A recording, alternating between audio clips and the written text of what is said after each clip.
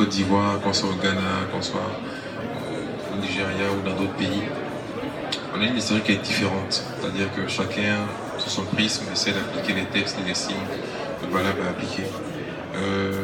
Je l'ai dit tantôt, il y a une volonté d'uniformiser les textes dans certains domaines, droit commercial, sûreté, droit du travail et autres.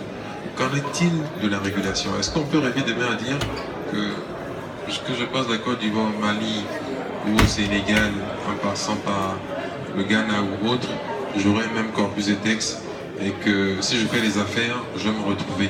Parce qu'on vient de loin avec l'OADA, on a fait parcourir un grand chemin. Mais qu'en est-il de la régulation, notamment du secteur télécom, du secteur postal? Est-ce qu'il y a des initiatives qui sont mises en œuvre? Parce qu'au-delà, après, il y a des coûts, beaucoup de licences. Côte d'Ivoire, au Mali ou d'autres pays peut être différent dans les politiques gouvernementales.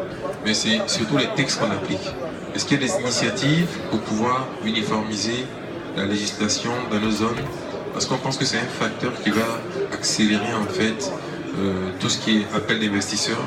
Parce que celui qui rentre par le Mali ou par le Sénégal ou par un autre pays, c'est que s'il vient en Côte d'Ivoire, c'est les mêmes règles qui vont s'appliquer. Il sera beaucoup plus à l'aise pour investir. Donc, qu'est-ce qu'il en est aujourd'hui? Alors, Monsieur Adjobi, avec votre permission, aussi, il faut peut-être faire un petit rappel historique pour montrer un peu d'où nous venons au niveau sous-régional pour répondre à la question de statut aujourd'hui. Alors, à l'instar donc du marché européen, l'espace CEDEAO et l'UEMOA, avec le concours donc de l'Union européenne, a pu bénéficier quand même d'un projet qui aujourd'hui a pris corps. Il s'agissait donc à l'origine de créer un marché commun ouest africain, d'harmoniser nos politiques, d'harmoniser nos législations. Et ça date un peu quand même, ce projet, depuis 2003, qui a pris corps depuis notre transposition en droit national de cette législation et ces directives pour ce qui est de l'UEMOA et des actes additionnels pour ce qui est de la CEDEAO. Donc, fortement inspiré du marché européen, nous, en Afrique de l'Ouest précisément, nous avons créé notre marché. Nous avons tenté, en tout cas je pense même que je peux affirmer que tous nous tendons vers cette harmonisation.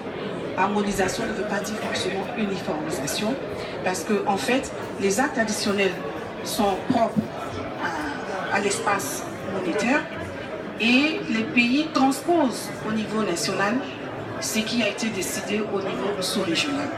Donc voici déjà le marché qui est créé. Donc si vous partez au Mali ou bien au Sénégal, et vous verrez qu'il y a un minimum, il y a un minimum déjà de règles en commun basées sur les actes additionnels. Nous, au niveau de la Côte d'Ivoire, nous avons transposé ce qui a donné lieu à l'ordonnance de 2012.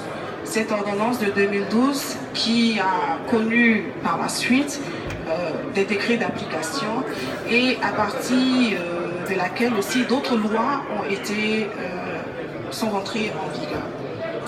Et en fait, pour revenir un peu au niveau sous-régional, il faut souligner que c'est une volonté parce que vous ne pouvez pas parler d'économie numérique tout en restant dans votre pays cloisonné, figé sur votre réglementation. L'avenir, les ressources, ce sont les données. Les ressources, ce sont les numériques. Et qui dit Internet dit ouverture. Plus de frontières. Et il faut pouvoir se donner les outils pour construire cette économie, pour construire cet espace numérique.